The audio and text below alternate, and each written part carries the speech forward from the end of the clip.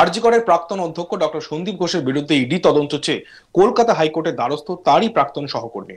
অভিযোগ, মেডিকেল কলেজের অধ্যক্ষ পদে বসার পর থেকেই দেদার দুর্নীতি করেছেন সন্দীপ ঘোষ। এই অভিযোগ তুলে ইডি তদন্ত চেয়ে বুধবার সকালে মামলা দায়ের করেছেন আরজি করের প্রাক্তন ডেপুটি সুপার আখতার আলী। আজ তাক বাংলার মুখোমুখি হয়ে তিনি জানালেন, হাসপাতালের বিভিন্ন জিনিস পাচার করত সন্দীপ।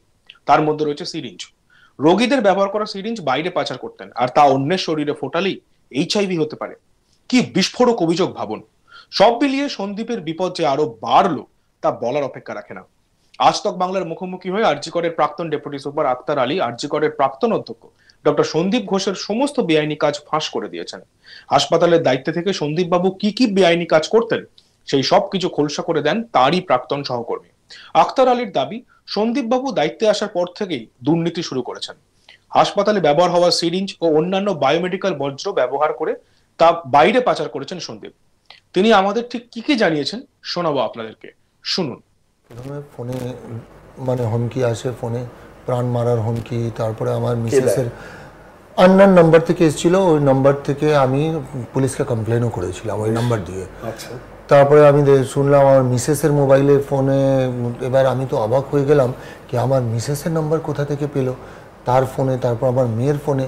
তো হঠাৎ আমার মাথায় এলো কি আমি হেলথ স্কিম, এবার হেলথ যে আমাদের হেলথের কার্ড হয় সেখানে এক্স্যাক্টলি সেখানে মোবাইল নাম্বার আধার নাম্বার দেওয়া থাকে। আমার ভুল হলো, আমি আমার নাম্বার শুধু একটা নাম্বার যদি দিতাম, ওদের কলমে ওদের নাম্বারটা দিয়ে রেখেছিলাম, তো হয়তো রেকর্ড ছিল অফিসে, ওখান থেকে বার করে নিয়েছে। তো আমাকে মোরালি ডাউন করার জন্যে, ভেঙে দেওয়ার জন্যে। এবার একটা সত্যি আমি ডিসক্লোজ করব, যেটা আপনিও জানেন না, কি এর জন্যে আমি কি স্যাক্রিফাইস করেছি এই লড়াইয়ের জন্য। আমাকে যখন হুমকি আসে, আমার পরিবারকে হুমকি আসে, তখন আমার বাড়ি থেকে আমাকে বলা হয় কি তুমি এটা কি করলে, আমাদের তুমি একবারও চিন্তা করলে না, আমাদের যদি আমার বাচ্চার কিছু হয়ে যায়। তখন আমি আমার প্রভিডেন্ট ফান্ড থেকে ম্যাক্সিমাম টাকা তুলে আমার পুরো ফ্যামিলিকে এই স্টেট থেকে অন্য স্টেটে শিফট করলাম, শুধু এই লড়াইটা লড়ার জন্য। আমি বললাম আমি যেই জায়গায় আছি আমি আর লড়াই ছাড়তে পারবো না। এটা যদি আমি ছেড়ে দিই তাহলে আমার বিবেকের কাছে আমি সবসময় পুরো পরিবারকে আমাকে অন্য স্টেটে শিফট করতে হলো কি যাতে আমি এই লড়াইটা লড়তে পারি। না, এখন নেই ওরা এখানে, এই লড়াইটা এখনো চলছে, যার জন্য আমি একা এই লড়াইটা চলিয়ে যাচ্ছি। আমি সাহস পাচ্ছি দুটো জিনিস।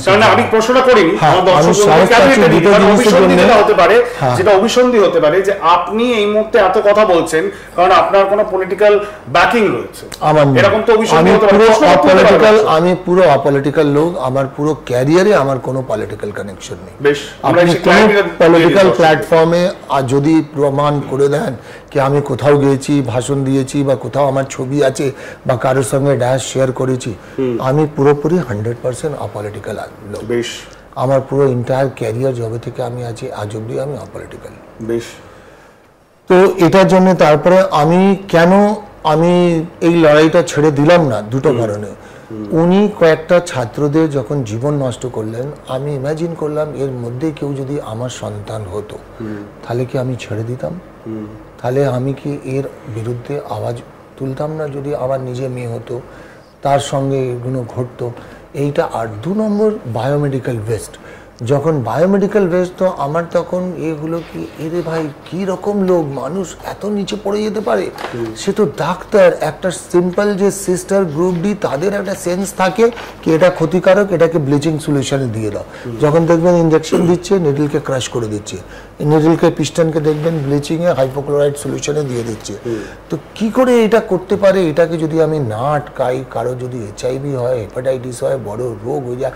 ধরুন আপনি জানেন না আপনার ভাইয়ের হঠাৎ এইচআইভি হয়ে গেল, আপনার মাথায় কি আসবে? ক্যারেক্টারলেস, এই ক্যারেক্টার খারাপ। আপনি কি সন্দেহ করবেন বলুন আপনি?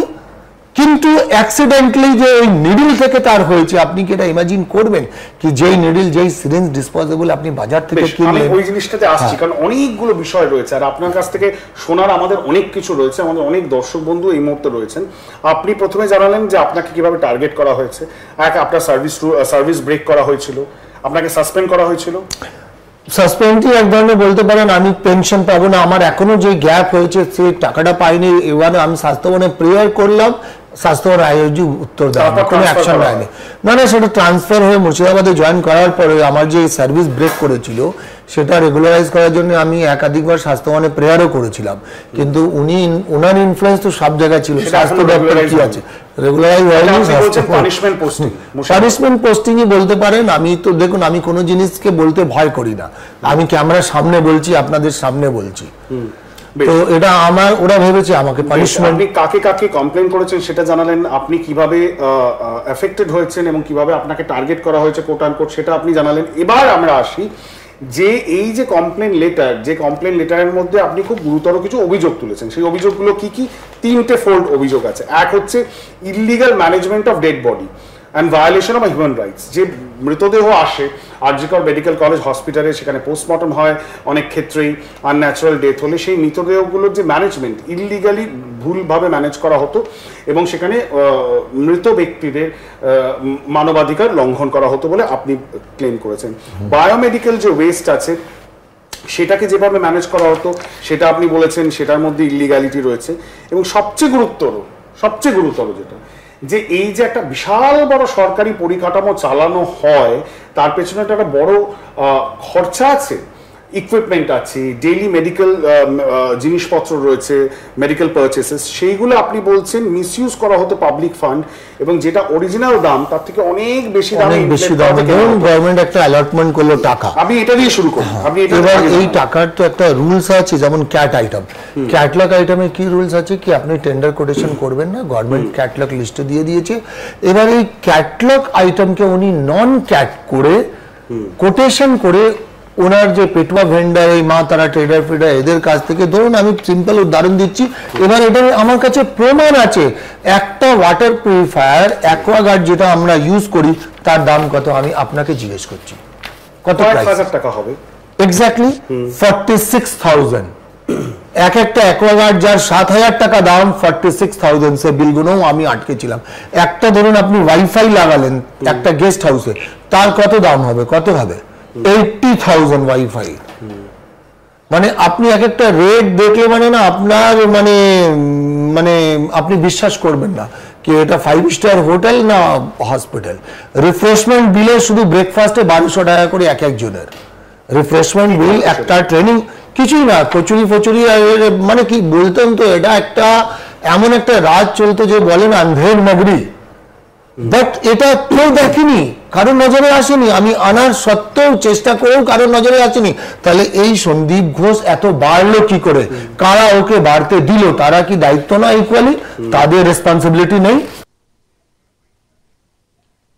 দেখতে থাকুন আজ তাক বাংলা, সাবস্ক্রাইব করতে ভুলবেন না।